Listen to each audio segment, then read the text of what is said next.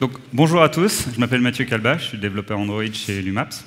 Et bonjour à tous, je m'appelle Jérémy Martinez, je suis développeur chez Trustbank. Et Cyril Mottier est toujours freelance.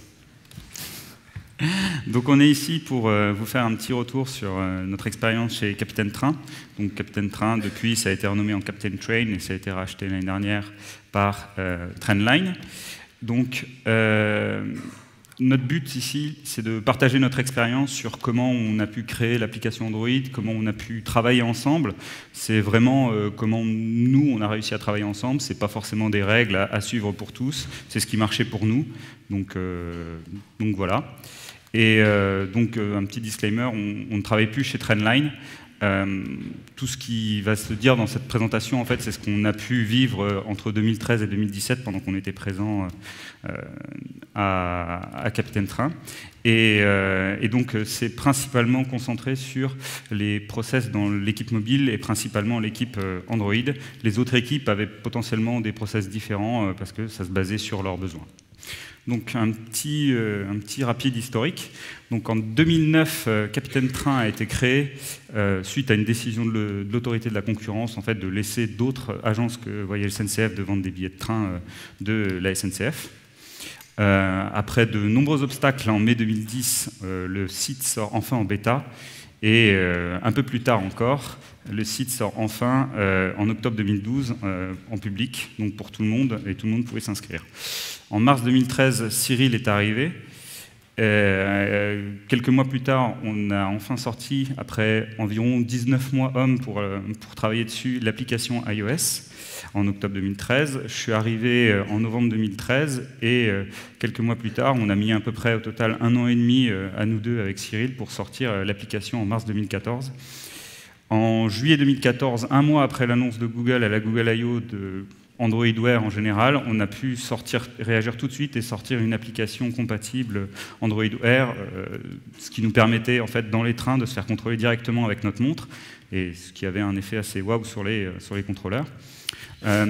Quelques mois plus tard, en septembre 2014, on a une troisième personne qui est arrivée dans l'équipe, Flavien. On avait un produit assez stable sur Android, donc on pouvait se permettre de grossir, et donc Flavien est arrivé pour renforcer l'équipe et nous permettre d'avancer plus vite. Un an plus tard, en septembre 2015, on a fait un premier rebranding de Capitaine Train en Captain Train, qui nous permettait de passer d'une marque un peu franco-française à plus une marque qui correspondait au produit que Capitaine Train était devenu, à savoir une marque vraiment européenne. Et le logo avait été aussi repensé à cette époque. Le mois suivant, Flavien est parti pour rejoindre et lancer un projet personnel. Et du coup, on a trouvé Jérémy pour le remplacer le mois d'après. En mars 2016, Trendline rachète Capitaine Train. Donc Trendline, c'est une entreprise qui faisait un peu comme Capitaine Train, mais en Angleterre. Il faut savoir qu'en Angleterre, le marché est dérégulier, il y a énormément de transporteurs ferroviaires différents, et donc eux, ils agrégeaient tous les différents transporteurs, un peu comme Capitaine Train veut le faire sur l'ensemble de l'Europe. Donc forcément, en septembre 2016, on rebrande une seconde fois Capitaine Train en Trendline, pour se permettre en fait d'avoir une marque commune en fait avec la maison mère. Et on peut depuis se proclamer un petit peu expert en rebranding puisque c'est déjà le deuxième en à peine un an. Et d'ailleurs, Jérémy a fait une petite conférence sur comment techniquement en fait on a fait ce rebranding, comment on l'a géré au niveau de l'application Android. Il a fait ça la fin de l'année dernière au POG. Et donc début 2017, en fait, on est tous partis vers différents projets différents depuis. Merci. Et donc, Captain Train, c'est bien sûr une société, mais c'est avant tout une équipe. Et donc, je voulais commencer par parler un petit peu de la façon dont on a monté ces équipes, d'accord ?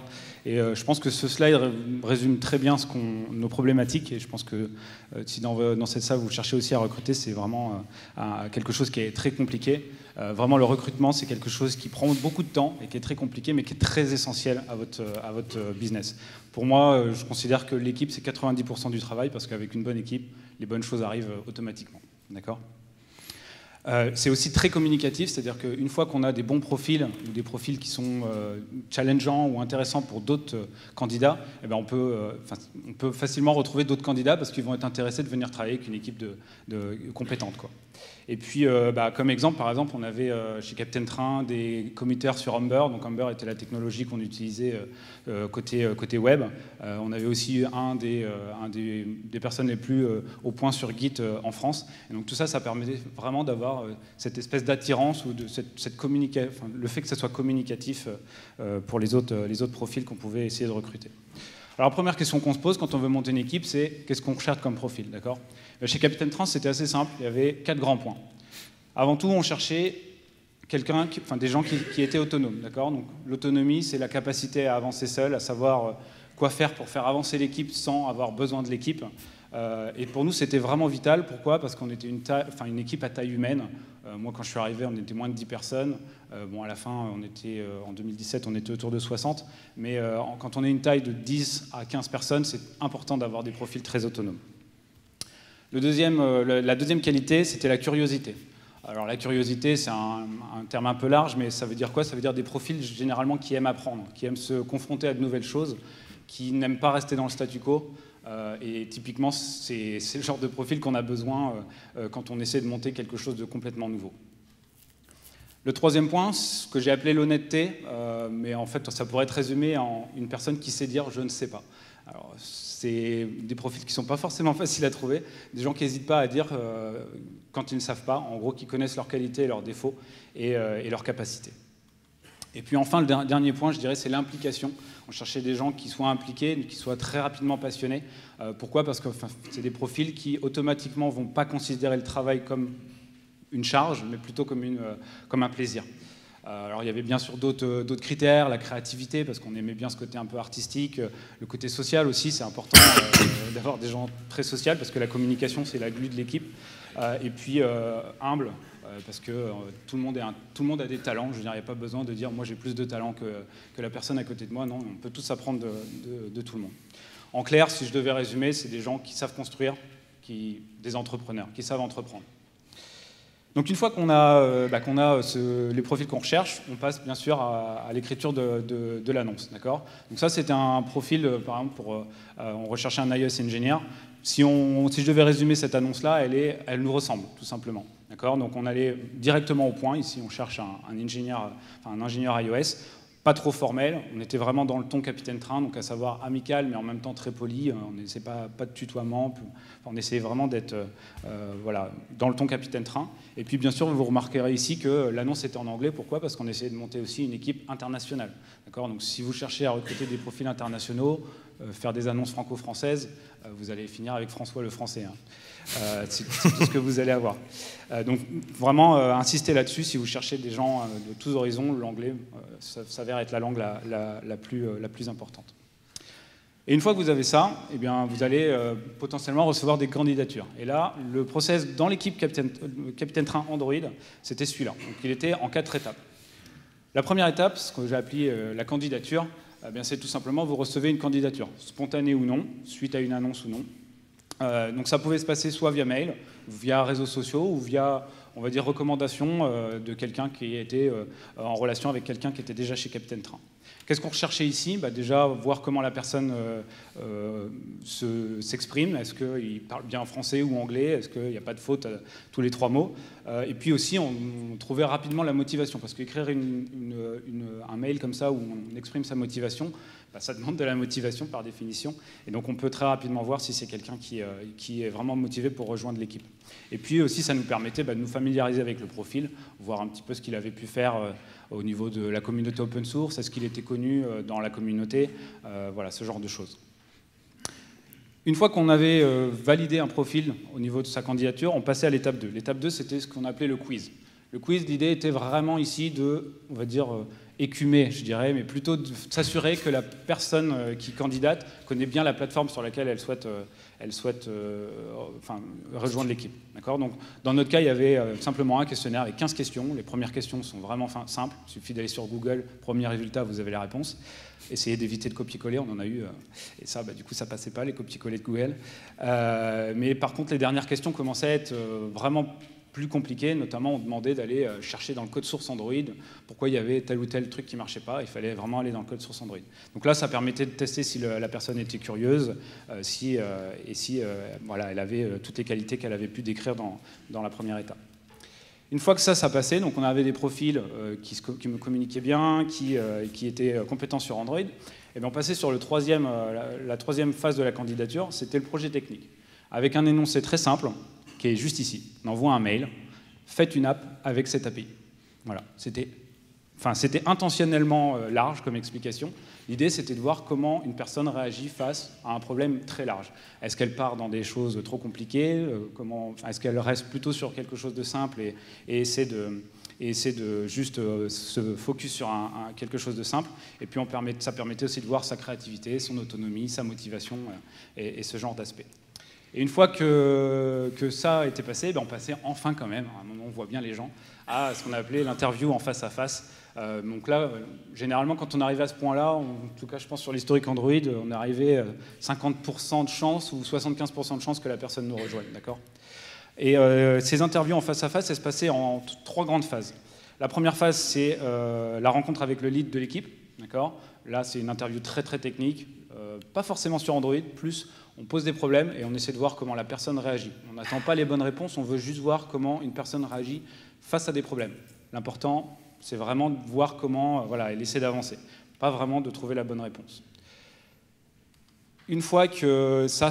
Alors, c'était un process vraiment... le candidat voyait 6 personnes. S'il y en a dans l'ordre, s'il y en a une qui dit non, elle ne voit pas la suite et on arrête tout de suite, histoire de ne pas perdre de temps. Encore une fois, on est une petite équipe, on ne peut pas se permettre de perdre du temps. Donc, une fois que le lead était passé, on passait à quelqu'un d'autre de l'équipe pour voir si ça matché avec le mindset de l'équipe technique.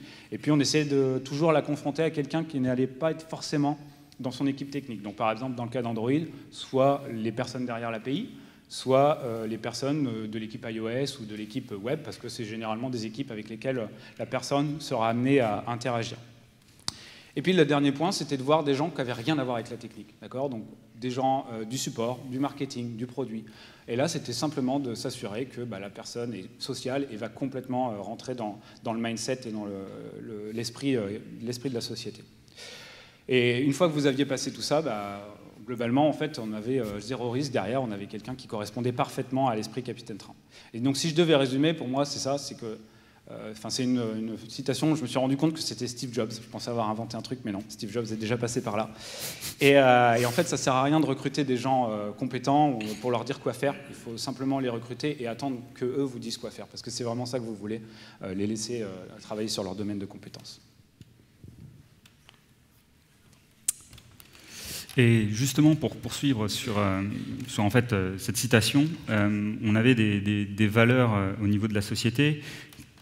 En voici quelques-unes. En fait, le but, c'était de minimiser les interruptions pour justement laisser les personnes faire leur travail et aussi avoir une confiance par défaut absolue en les personnes qu'on recrute. Donc si le process de recrutement est aussi dur, c'est justement pour pouvoir donner une confiance sans se poser de questions à ces personnes. Donc ça se caractérisait par quelques petits trucs intéressants. Donc on avait des horaires qui étaient assez flexibles, on pouvait les adapter comme on voulait, on pouvait faire du remote au besoin, on pouvait laisser les équipes s'organiser elles-mêmes et donc elles pouvaient s'organiser vraiment totalement différemment.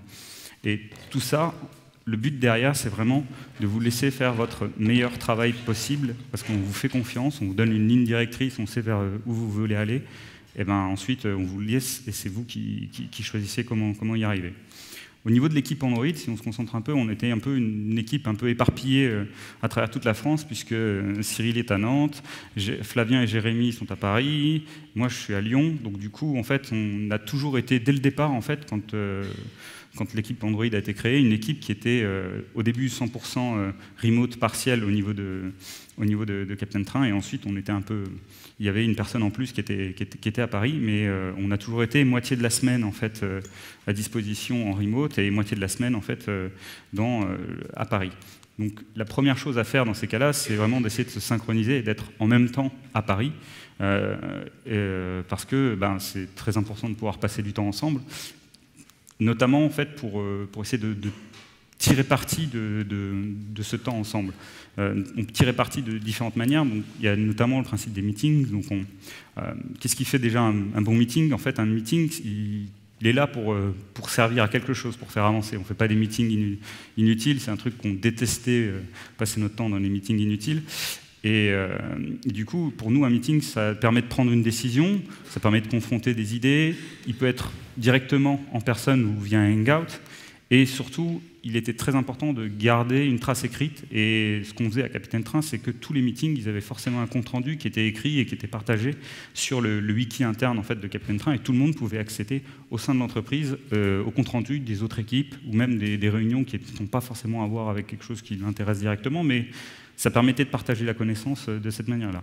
Donc nous, plus concrètement, au niveau de l'équipe Android, on avait deux types de meetings. On avait les meetings assez réguliers, qui étaient synchronisés avec nos releases. Donc Jérémy vous parlera un peu plus précisément de nos releases, mais du coup, on avait besoin de synchroniser des moments ensemble par rapport à ces releases pour pouvoir les réaliser au mieux. Donc au début d'une release, on va s'assigner entre nous en fait les fonctionnalités de la manière la plus pertinente. Donc c'est-à-dire que si quelqu'un est super motivé pour une fonctionnalité en particulier, on va essayer de lui laisser, parce que c'est plus logique que ce soit la personne qui soit la plus motivée pour faire la fonctionnalité, parce qu'il va forcément donner le meilleur de lui-même encore plus que quelqu'un d'autre. Et ensuite, il y a quand même des choses qu'on aime moins bien faire, mais grosso modo, on arrivait à se répartir les fonctionnalités sans trop de soucis à ce niveau-là. On avait ces meetings, ils étaient aussi au milieu des releases, des cycles de release, et ça nous permettait de vérifier qu'on progressait à bon niveau et que les choses allaient être présentes correctement dans la release. Et ils étaient assez réguliers, c'était environ toutes les 2 à 3 semaines, mais ce n'était pas forcément un truc marqué dans le marbre. Et donc on avait un autre type de meeting, qui sont les meetings un peu plus impromptus. Ils étaient plus là en fait pour discuter des fonctionnalités ou de voir comment on allait faire une fonctionnalité au niveau du design. Donc là, on avait besoin vraiment de confronter les idées et de dire, voilà, de tester des choses, d'écrire sur un tableau blanc comment est-ce qu'on verrait les choses, etc. Pour dire, ah ouais, il faudrait tester telle manière et pouvoir revenir ensuite dessus plus facilement. Et aussi, en fait, discuter les solutions techniques, parce que c'est de la même manière, c'est des choses où on a besoin d'interagir entre nous pour, en fait, que si quelqu'un propose quelque chose, les autres puissent dire, un peu la manière scientifique, en fait, de dire, ah ben, il y a telle faille, comment tu gères tel truc, et c'est là qu'on se rend compte, on teste au final, avant de l'écrire, en fait, une solution technique, et on se rend compte de est-ce qu'elle va tenir le coup ou pas.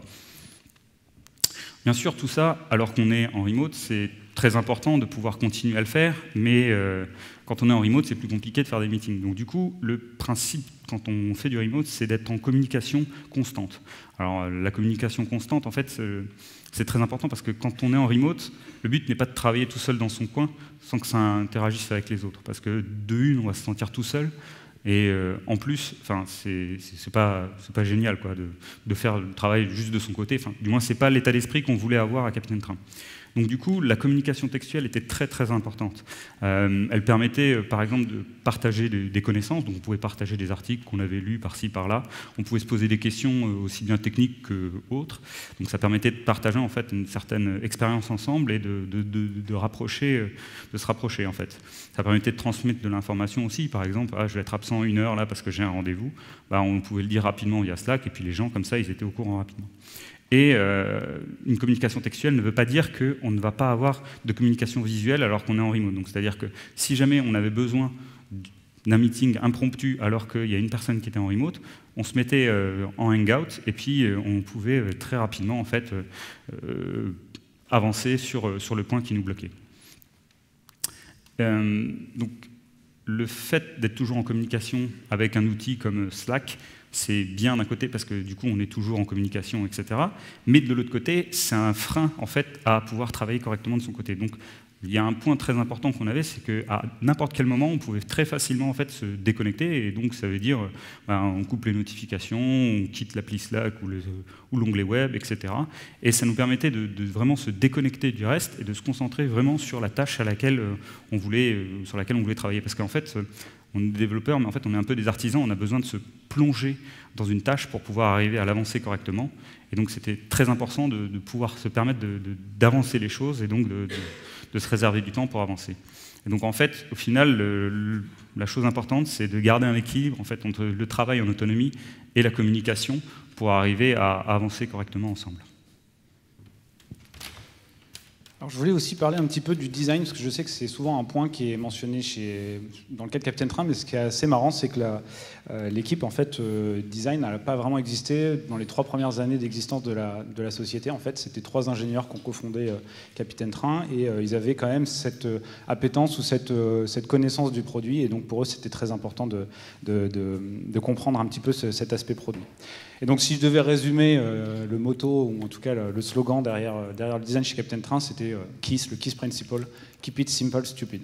Et je pense que le meilleur exemple, c'était tout simplement le premier écran de l'application. Là, vous voyez un écran de recherche. Je veux dire, ce que ça présente, c'est exactement les champs que vous avez besoin pour lancer une recherche.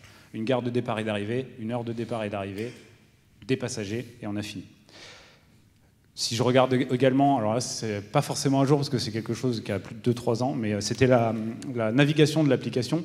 Ici aussi, on avait quelque chose qui était le plus simple possible, à savoir, on avait une profondeur de graphe de navigation qui était minimaliste, et puis il fallait toujours s'assurer, bien sûr, que la personne sache où elle se trouve dans l'application. Et en fait, en ayant un graphe comme ça en forme d'arbre et sans cycle, on évitait tout simplement d'avoir des problèmes dans la navigation et on gardait tout simplement une cohérence et une application simple.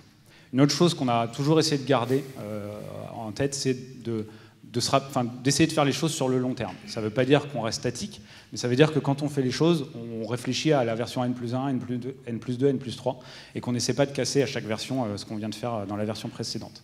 Et en fait, j'ai retrouvé des screenshots, c'est assez marrant de voir la première version qui est sortie en 2014, ici à gauche, et puis la version qui est sortie en fin 2016, donc juste avant que je quitte Captain Train. Et on se rend compte en fait que globalement, il n'y a pas grand-chose qui a changé. L'iconographie a un peu changé, les couleurs, bien sûr, ont changé suite au rebranding, mais on retrouve exactement la même interface. Si on regarde la liste des billets, c'est encore pire même, parce que le layout d'un billet, lui, n'a pas changé du tout. C'est simplement les couleurs qui ont changé. Et là, vous verrez aussi une différence de scale sur les éléments Android, mais ça, c'est juste parce que j'ai pris un screenshot sur 2 différents téléphones. Un autre aspect qu'on a vraiment toujours essayé de mettre en avant chez Captain Train, c'est Captain Train étant une application très utilitaire, on essayait toujours d'aller un peu plus loin que l'application, d'accord ? Ça veut dire quoi ? Ça veut dire qu'on s'intègre au système. C'est-à-dire que même si vous n'aviez pas l'application, on voulait que Captain Train soit présent dans les systèmes, d'accord ? Donc sur iOS, ce qu'on avait mis en place, c'est Passbook à l'époque, qui est devenu Apple Wallet, et puis sur Android, Google Now à l'époque, qui est devenu un peu Google Assistant, qui a pas mal de noms, je ne sais même pas trop, Google Feed.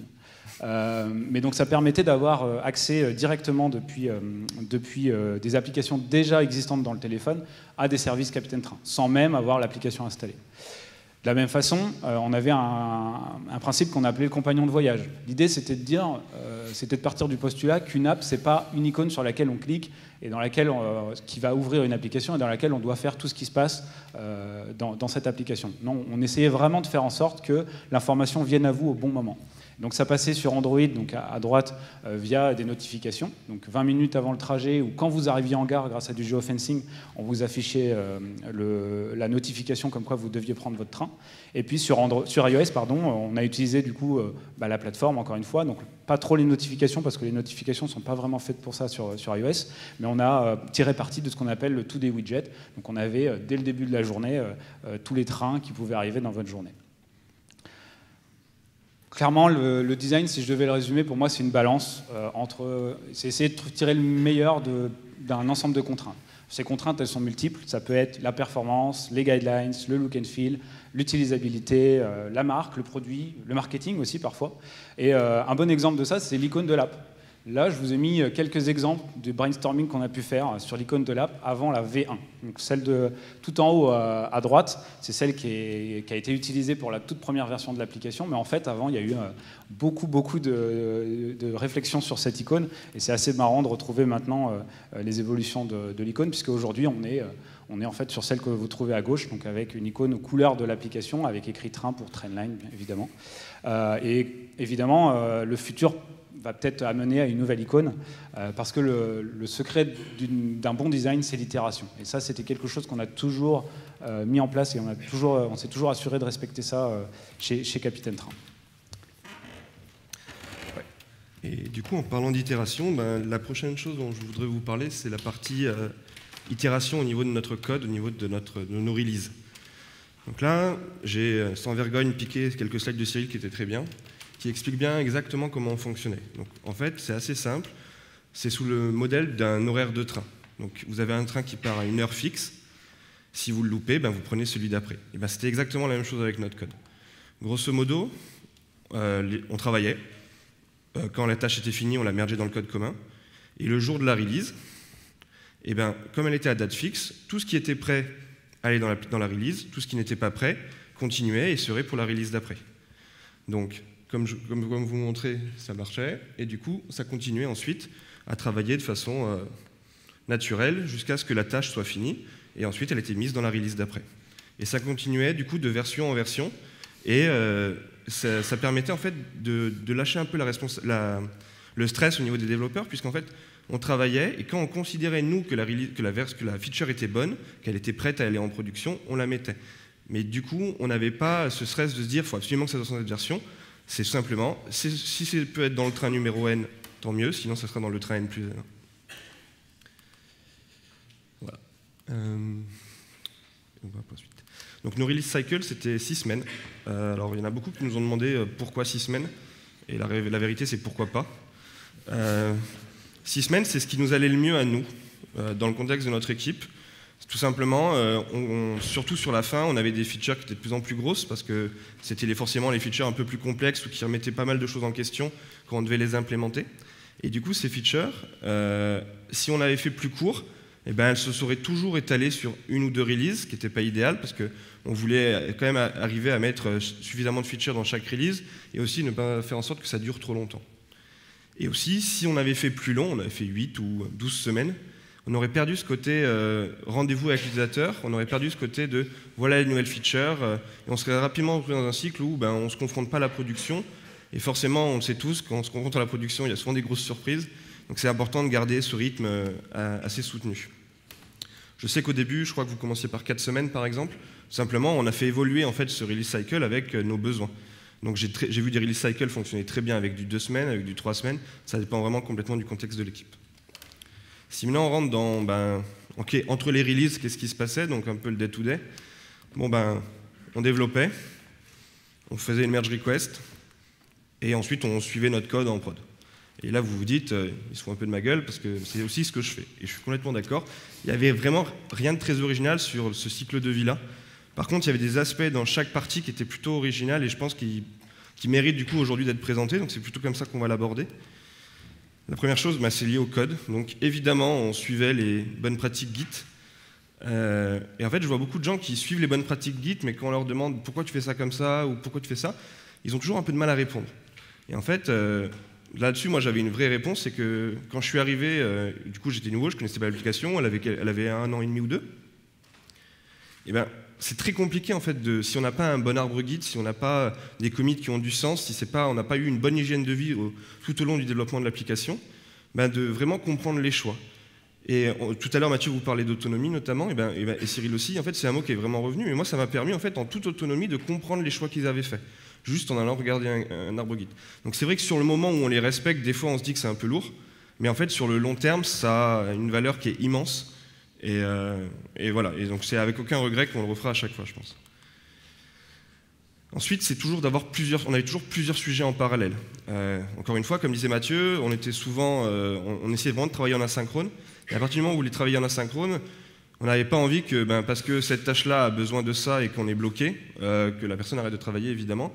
Donc on avait toujours plusieurs sujets en parallèle, et on pouvait du coup enchaîner sur un autre sujet en mettant en attente l'autre, etc. Et ça permettait aussi un truc assez sympa, c'est que, moi, je sais pas, moi en tout cas comment je travaille, c'est que des fois, quand j'ai une grande tâche, au bout d'un moment, elle m'énerve un petit peu, et je me dis que ça serait bien que je prenne un break. Donc en fait, je prenais une autre tâche, je faisais autre chose, et je revenais dessus plus tard avec un esprit un peu plus clair, et souvent, j'y arrivais beaucoup mieux. Donc en fait, on a essayé de veiller à ce que tout le monde ait toujours plusieurs sujets en parallèle. Ensuite, on veillait évidemment à essayer d'avoir toujours un backlog qui était full, tout simplement pour toujours avoir à manger, à donner aux développeurs, histoire qu'on ne se retrouve pas avec... on sait tous qu'il y a des hauts et des bas dans le cycle de développement, mais l'idée, justement, c'était qu'on arrive à avoir quelque chose de assez fluide sur cette partie-là. Ensuite, on fait un truc, on essayait de dire... c'est un truc que j'appelle la defensive programming. L'idée principale, c'est... On avait une phrase qui revenait souvent en interne et qui faisait un peu jaser, on en a un dans la salle qui, je sais, jasera, c'est « The backend is not your friend ». Et il y en a beaucoup qui l'ont vu de façon un peu agressive, et ce n'était pas du tout le but. Je pense que ce qu'on voulait dire par là, c'est de se dire qu'à partir du moment où on avait des communications avec des systèmes externes, notamment notre API, c'est un peu strombinoscope.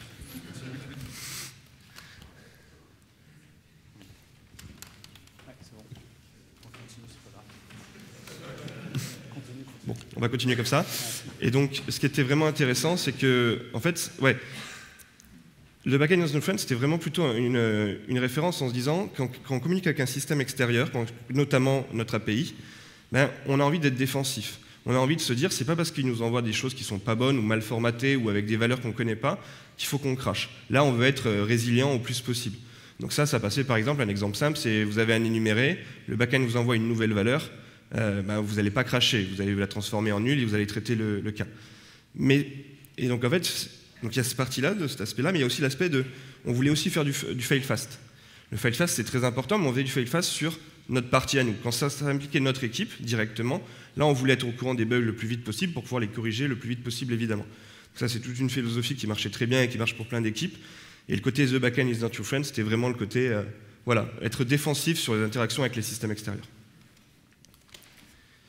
Donc après, il y a la merge request. La merge request, c'était vraiment une espèce de symbole de notre autonomie, c'est que on travaillait vraiment tranquillement, et puis au bout d'un moment, on montrait le travail aux autres, et on pouvait découper notre merge request de façon totalement autonome. On pouvait vraiment être vraiment en totale autonomie sur cette partie-là. Donc comment on allait découper nos merge requests, comment on allait les formater, quelles features on mettait dans ces choses-là. Ensuite, sur les merge requests, on était plutôt convention over tool. Donc ce que ça veut dire, c'est qu'en tout cas, ça c'était vraiment plutôt spécifique à l'équipe Android, je pense. On n'était pas trop sur les outils d'analyse statique de code, des choses comme ça. En fait, ça marche bien, ça, mais souvent, quand vous voulez quelque chose d'un peu plus à vous, ou d'un peu plus perso, c'est très très compliqué de tweaker un peu les règles. On s'est tous pris la tête, je pense, une demi-journée sur « Ok, je veux absolument que mon CI il me lève une erreur quand il y a ce truc-là ». Et en fait, ça, au bout d'un moment, en fait, c'est trop spécifique, on n'y arrive pas. C'est moi qui fais des interférences, peut-être, je suis désolé. Ouais, donc du coup, on allait plutôt reposer sur les conventions. Et les conventions, c'était l'idée vraiment derrière ces conventions, c'était de se dire, c'était aux développeurs lors de la merge request, lors de la review, de se dire, ok, voilà en fait ce que le code, comment il doit suivre, etc. Et ce qui fait qu'au début, c'était un peu relou. Pour être franc, la première fois que j'ai sorti une UMR, vous avez plein de commentaires sur attention, là, il faut que tu fasses l'alpha order, là, il faut que tu fasses des choses là. Mais au bout d'un moment, au bout de quelques semaines, en fait, on se rend compte que les gens, en fait, ils commencent à coder de la même façon. Et donc, du coup, quand vous arrivez sur le code de quelqu'un d'autre, etc., c'est tout de suite, vous avez vos repères.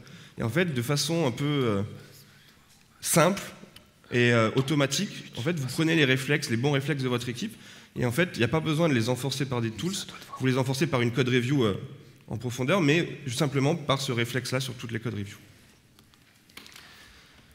Ensuite, un des aspects sur lequel je reviendrai un petit peu, c'est qu'il fallait vraiment toujours essayer de sauvegarder du temps, enfin de garder du temps pour la review.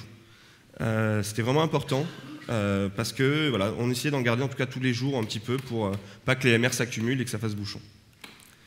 Ensuite, nos MR, elles étaient vraiment en profondeur. Donc, ce que je veux dire par en profondeur, c'est qu'en fait, déjà dans nos MR, on n'avait pas le droit de mettre du code en prod s'il n'avait pas été review. Donc forcément, c'était important. Un autre truc qu'on se disait souvent, c'est qu'on se disait que c'est 50% de la faute du mec qui review et 50% de la faute de la personne qui relie. Et ça, c'était vraiment important, en fait, parce que du coup, en fait, on était vraiment en train de partager la responsabilité, mais du coup aussi la connaissance. La connaissance, c'était vraiment important, et en fait, la personne qui relisait vraiment avec attention. Et l'anecdote, c'est que je crois que le record est à 222 commentaires sur une seule MR. Il est tenu par Cyril Mottier. La place numéro 2, c'est Cyril aussi. Et la place numéro 3, c'est Cyril aussi. Donc si vous trouvez qui est le relou de l'équipe, vous avez trouvé, normalement. Et ensuite, il y avait la partie QA. Et donc, en fait, on n'avait pas d'équipe QA, on n'avait pas de développeur assigné à la QA. C'était la responsabilité de toute l'équipe. Donc, en fait, quand on mergeait une merge request, ça voulait dire que le code était bon, il suivait nos conventions, la feature était bonne, mais en plus de ça, elle fonctionnait correctement. Donc, c'est-à-dire que la personne avait vraiment testé la feature, parce que c'était le dernier rempart avant la production. Et enfin, un truc sur lequel je voulais revenir sur cet aspect, c'était le code review. C'est vraiment important de garder du temps tous les jours sur la code review. Je sais qu'une autre personne de Captain Train fait une conf sur les code review aujourd'hui, donc allez voir. Mais ça résume à peu près exactement ce qu'on pensait, c'est toujours garder 1 heure par jour pour relire le code et du coup En fait, ce que j'aime bien dire, garder les bugs out. Après, la partie monitoring. La partie monitoring, elle n'est pas très originale. Là où elle est originale, je pense, c'est parce qu'on avait accès à tout. C'était vraiment tout était ouvert. Donc, on avait accès aux crashs. On pouvait monitorer nos crashs, évidemment, et du coup les corriger. On avait accès aux analytics. Donc, c'était aussi à nous de faire en sorte que, est-ce que l'application fonctionne correctement? Est-ce que nos tunnels fonctionnent correctement? Des choses comme ça. Pour être franc, on n'était pas les meilleurs là-dessus, mais on s'est amélioré, je pense, avec le temps. Après, il y avait la partie Play Store. Donc là, on avait directement accès au Play Store. Donc ça, c'était positif parce qu'on avait accès aux notes. Quand elles sont bonnes, c'est cool. Quand elles ne sont pas bonnes, vous vous confrontez directement aux reproches. Voilà, il faut en être conscient. Et la dernière chose, c'était, en fait, on avait un support client qui est assez reconnu, je pense, parce qu'il faisait du bon travail. Et en fait, les développeurs essayaient de participer. C'est que quand un client envoyait un feedback sur l'application, donc que ça soit positif ou négatif d'ailleurs, c'était plutôt aux développeurs qui avaient codé la chose d'aller répondre, en tout cas sur la partie Android, parce qu'on voulait vraiment s'impliquer à ce niveau-là. C'était vraiment notre responsabilité. Donc c'est pour ça qu'en fait, moi je peux dire qu'en fait, ok, on était très très autonome, mais avec cette autonomie, il y avait beaucoup de responsabilités. Ça pouvait être négatif, mais ça pouvait aussi être très positif, parce que quand les feedbacks sont bons, ils sont pour vous en fait. À la fin, vous repartez à la fin de votre journée avec une vraie fierté d'avoir vraiment travaillé et d'avoir eu des bons feedbacks. Et ça, c'est parce que c'est accessible à tout le monde et que c'est à vous directement que c'est impacté. Pour passer sur une partie un petit peu plus technique, forcément, on a pu créer en fait l'application Android et l'architecturer. Donc, un petit disclaimer avant, l'architecture a été créée en 2013, donc il n'y a pas forcément beaucoup de solutions populaires, parce qu'à l'époque, il n'y en avait pas forcément beaucoup, et les choix qu'on ferait aujourd'hui seraient probablement légèrement différents. Donc, comment on construit en fait une architecture? Le point important à retenir, c'est en fait ça dépend du contexte dans lequel on est. Premièrement, nous on était dans un contexte de start-up, donc ça veut dire qu'on ne pouvait pas se permettre de perdre énormément de temps à construire, à tester différentes choses, etc. On devait utiliser des technologies qui étaient quand même éprouvées et se permettre de se concentrer sur les fonctionnalités. Quand je disais tout à l'heure qu'on a mis 1 an et demi à créer l'application Android à nous deux, vous imaginez qu'on n'a pas perdu notre temps à tester différentes choses. Donc du coup, 1 an et demi juste pour arriver à sortir une première version, c'est beaucoup de temps. Donc si on avait passé du temps à tester différentes choses, on aurait passé plus de 2 ans et demi, quoi. Un autre point qui était important pour nous, en fait, c'était que l'architecture devait être assez simple et claire, en fait, pour que n'importe qui puisse arriver dans l'application et puisse comprendre comment elle fonctionne. Il y avait quelque chose, notamment, qui était ouvert chez Captain Train, c'est qu'en fait, n'importe qui pouvait committer dans n'importe quel projet. On a chacun travaillé un petit peu sur du back-end, on a des personnes extérieures à l'équipe Android qui ont commité sur l'appli Android, parce qu'au final, le code était assez clair, ils arrivaient à naviguer, et c'est vrai que c'était quelque chose d'important, et quand on a eu des nouvelles personnes qui sont arrivées dans le code, ils ont rapidement, de leur propre chef, en autonomie, arrivé à comprendre l'architecture. Un point important aussi, c'est on est une start-up, on veut grossir, il faut forcément designer son architecture pour qu'elle puisse grandir et grossir et supporter plus d'utilisateurs. Alors sur le mobile, on n'a pas plusieurs utilisateurs en même temps, hein, bien sûr, mais par contre, ce qui est important, c'est les performances. C'est-à-dire qu'on veut avoir des performances très, très, très bonnes sur n'importe quel type d'appareil. On a commencé en 2013. À l'époque, nous, on avait des flagship devices, mais nos clients, ce n'était pas le cas. On avait plein de clients avec des appareils qui étaient de l'entrée de gamme, et ça devait tourner correctement sur leur téléphone parce qu'ils se faisaient contrôler leur billet directement sur leur téléphone. Donc les performances étaient très importantes, mais il fallait faire attention à ne pas over-ingénierer et à ne pas faire comme Facebook, à réinventer la roue à chaque fois. Donc, principalement, au final, ce qui est important, c'est d'adapter votre architecture à votre produit et à votre API. Nous, par exemple, on avait chez Captain Train un compte qui était obligatoire à l'époque. Du coup, vu qu'on voulait être intégré au maximum au niveau du système Android, on a utilisé ce qui était utilisé par les applis de Google, par exemple, pour pouvoir s'intégrer au système et avoir un compte directement affiché dans les paramètres du téléphone. Donc on a utilisé un account authenticator qui permettait d'avoir, là, on le voit, un compte Trendline directement dans la liste des comptes du système. Un cas d'utilisation très important quand même, c'est que l'utilisateur il va utiliser l'application alors qu'il est en train de voyager en train. Et malheureusement, quand on voyage en train, on n'a pas beaucoup Internet.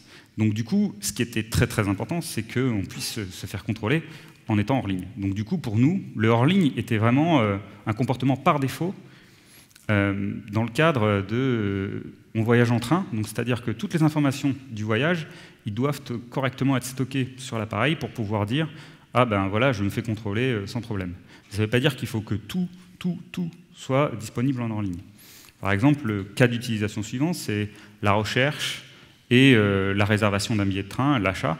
Ça, c'est vraiment des opérations qui sont 100% en ligne. Donc du coup, là, on a travaillé différemment. C'est des opérations qui sont assez rapides et qui ont des données qui sont valides pour une très courte période de temps. Donc, c'est-à-dire que plutôt que de s'embêter à stocker de manière pérenne les résultats de recherche pour pouvoir les rafficher plus rapidement, etc., vu que les prix ils peuvent changer des billets de train d'une minute à une autre, eh ben, ce qu'on faisait, c'est qu'en fait, on stockait juste temporairement dans des objets les résultats et on faisait les appels API directement depuis les écrans. Et en fait, si on met l'application en tâche de fond et qu'il nous revient quelques minutes plus tard, eh ben, en fait, nos données sont plus pérennes et donc on refait les appels, etc. Il y a plein d'autres cas d'utilisation dont on pourrait parler, mais en fait, ce qui est important de retenir ici, c'est que vous devez vivre avec votre architecture et la faire évoluer, en fait, non pas selon les tendances qu'ils peuvent avoir, à savoir changer toute l'architecture parce que maintenant il y a le nouveau framework à la mode, il y a RxJava, il y a tel truc, il y a tel truc. Non, ce qui est important, c'est de suivre vos besoins. Est-ce que vous avez des choses qui fonctionnent par rapport à vos besoins? Est-ce que vous avez des problèmes? Et évaluer par rapport à ces petits problèmes et voir comment on peut les évoluer avec les nouvelles technologies qui peuvent sortir. Et donc, nous, au final, au cours des 4 ans qu'on a pu maintenir l'application Android, les choix, ils convenaient très bien. Et même si beaucoup de choses arrivaient, on n'a pas vu vraiment l'intérêt d'y passer, parce qu'on n'a pas vu de gain notable, on n'a pas vu de problème important lorsqu'on développait. Il y a eu quelques petits changements, mais c'était des changements dus, en fait, on changeait la fonctionnalité, on l'évoluait, elle était plus complexe, ça demandait des choses un petit peu différentes, et là, on a du coup dû évoluer l'architecture. Et du coup, ça sera aussi la dernière question à laquelle on va répondre et qui est aussi revenue, et c'est vraiment le but de cette conf, c'était vraiment d'arriver à essayer d'expliciter les questions qu'on nous posait de façon régulière. C'est comment on choisissait nos librairies. Et en fait, forcément, un truc qui est vraiment important à comprendre, c'est qu'évidemment, toutes les librairies, il faut vraiment faire très attention quand on les choisit. Donc, pourquoi? On va commencer par pourquoi. La première chose, c'est qu'évidemment, ça impacte votre dette technique. Ça paraît assez évident. Mais que moi j'aime bien voir la chose de la façon, à partir du moment où vous mettez une librairie dans votre code, c'est du code qui n'est pas à vous que vous devez maintenir. Et quand on voit les choses comme ça, on se dit, ok, c'est vraiment un choix important parce qu'il faut vraiment que je fasse confiance à la personne qui le maintient. Et si ça ne se fait pas, je vais accumuler de cette dette, ce sera à moi de la régler. Ça va évidemment impacter votre productivité. Forcément, si la librairie, pour X raisons, ne va pas dans le sens où vous voulez que ça aille, ou si forcément vous ne la comprenez pas bien, à chaque fois vous avez besoin de vous plonger, de comprendre comment ça se passe, forcément vous allez être de plus en plus lent à force de développement. Et le dernier point, c'est la taille de l'APK, donc c'est très important pour Cyril, mais c'est aussi très important pour Mathieu et moi. C'est surtout en fait que, un bon exemple, je pense, c'est qu'en fait on est toujours resté sous la limite en DEX, donc sur Android, je crois que c'est 62 000 et quelques, où en fait on peut pas 65 000 et quelques, pardon, et on ne peut pas dépasser. Et en fait, le nombre de méthodes. Et en fait, le fait qu'on ne soit jamais passé au-dessus du multidex en production, ça nous a facilité la vie pour pas mal de choses. Quand les gens ont dû commencer à travailler sur du multidex, au début, en plus, ça ne marchait pas forcément super bien, donc il y a eu quelques bugs, surtout avec les vieilles versions, les choses comme ça. Mais tout ça, nous, en fait, ça nous est un peu passé au-dessus. Et en fait, on n'a pas eu ce problème-là, et donc on a pu gagner en productivité, et en fait, on a pu avancer plus sur les features que sur de la maintenance qui apportait pas grand-chose à nos utilisateurs, finalement. Après, comment on les sélectionne? Donc ça, c'est la première chose, on va regarder si c'est maintenu, et c'est important pour nous. On va regarder si c'est simple, et ça fait bien qu'une chose, et ça la fait bien. Donc c'est vraiment focus. C'est vraiment important cet aspect-là, parce que si on commence à apprendre des choses qui vont un peu dans tous les sens, derrière, c'est à nous de l'assumer, et ça peut être compliqué. Ensuite, il ne faut pas que ça soit une partie core de votre application. Le vrai problème avec ça, c'est que si par exemple, nous on avait pris, je ne sais pas, une librairie qui faisait les recherches pour nous, on n'aurait jamais eu l'agilité qu'on a pu avoir quand on voulait la changer et la faire évoluer. Là, vous commencez vraiment, du coup, en fait, à donner en fait ce qui fait votre originalité, ce qui fait votre valeur à quelqu'un d'autre. Et ça, c'est pas quelque chose que vous voulez faire. Et la dernière chose, c'est évidemment, est-ce que c'est documenté? Et le truc sur lequel je veux revenir, c'est qu'on regarde vraiment ça dans cet ordre-là. La première chose qui nous importe, c'est est-ce que c'est maintenu, par qui, comment? Est-ce que la librairie ensuite est vraiment, est-ce que je comprends ce qu'elle fait? Est-ce que c'est du code que je me vois maintenir même moi s'il fallait? Ensuite, est-ce que est-ce que c'est pas une partie core? Est-ce que c'est une partie que j'ai pas vraiment besoin de maîtriser moi-même? Et est-ce que c'est documenté idéalement? Ensuite, souvent, c'est comment on la maintenait. Comment, en fait, ça rentre dans votre cycle de vie. En fait, nous, ça faisait vraiment partie de notre cycle de vie. Donc, en fait, ce qui allait se passer, c'est qu'en début de cycle, donc au début des 6 semaines, en fait, on allait bumper toutes les librairies, on allait les mettre à jour, on allait faire une merge request, elle allait être mergée, et du coup, ça allait nous donner 6 semaines, en fait, pour trouver les bugs. Et sincèrement, entre 6 semaines à 3 à utiliser l'application quotidiennement, les bugs, la plupart du temps, il y en a très très peu qui passaient, quoi. Et donc là, après, on avait tout un système d'alpha et de bêta qui permettait de les trouver. Et donc, concrètement, qu'est-ce qu'on faisait? On faisait une merge request avec des items, du coup, un par bump.